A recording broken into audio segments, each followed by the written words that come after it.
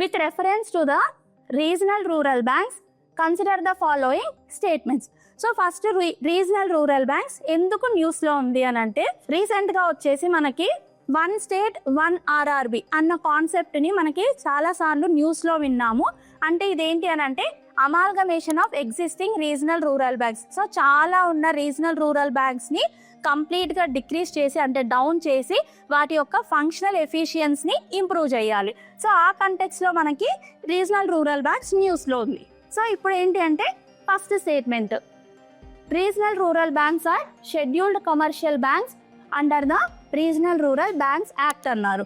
So ఇక్కడ ఏంటి అని అంటే మనకి scheduled commercial banks, non scheduled banks అనేటివి ఉంటాయి. సో ఇక్కడ second schedule of the RBI act 1934లో ఏవైతే షెడ్యూల్డ్ కమర్షియల్ బ్యాంక్స్ అని మెన్షన్ చేస్తే సో అవన్నీ దీని కిందికి వస్తాయి. రీజనల్ రూరల్ బ్యాంక్స్ కూడా మనకి సెకండ్ షెడ్యూల్ ఆఫ్ ఆర్బీఐ యాక్ట్లో ఉన్నాయి కాబట్టి ఇవి కూడా coming under the scheduled commercial బ్యాంక్లో ఉంటాయి. సో దీనివల్ల ఫస్ట్ స్టేట్మెంట్ రైట్. సెకండ్ని regional rural banks are regulated by the Reserve Bank of India and supervised by NABARD. So ఇవి కూడా మనకి ఏంటి అని అంటే సెకండ్ షెడ్యూల్ ఆఫ్ ఆర్బీఐ యాక్ట్లో ఉన్నాయి.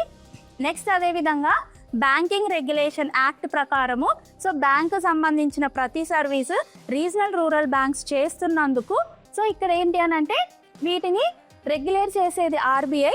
అందులో ఇవేంటి అని అంటే మనకి లోకల్ ఏరియాస్లో ఉంటాయి కాబట్టి ఏవైతే నబార్డ్ ఉంటుందో నబార్డ్ లోకల్ ఏరియాస్లో ఉన్న వాటికి అపెక్స్గా ఉండి రెగ్యులేట్ చేస్తుంది. Next statement, in the tri-party ownership RRBs the sponsorship hold the largest share.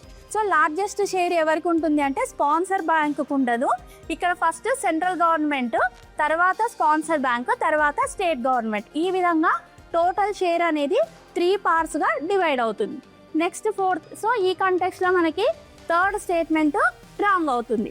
Next ఫోర్త్ది, RRBs have higher priority sector lending target 75% of the adjusted net bank credit అనేది.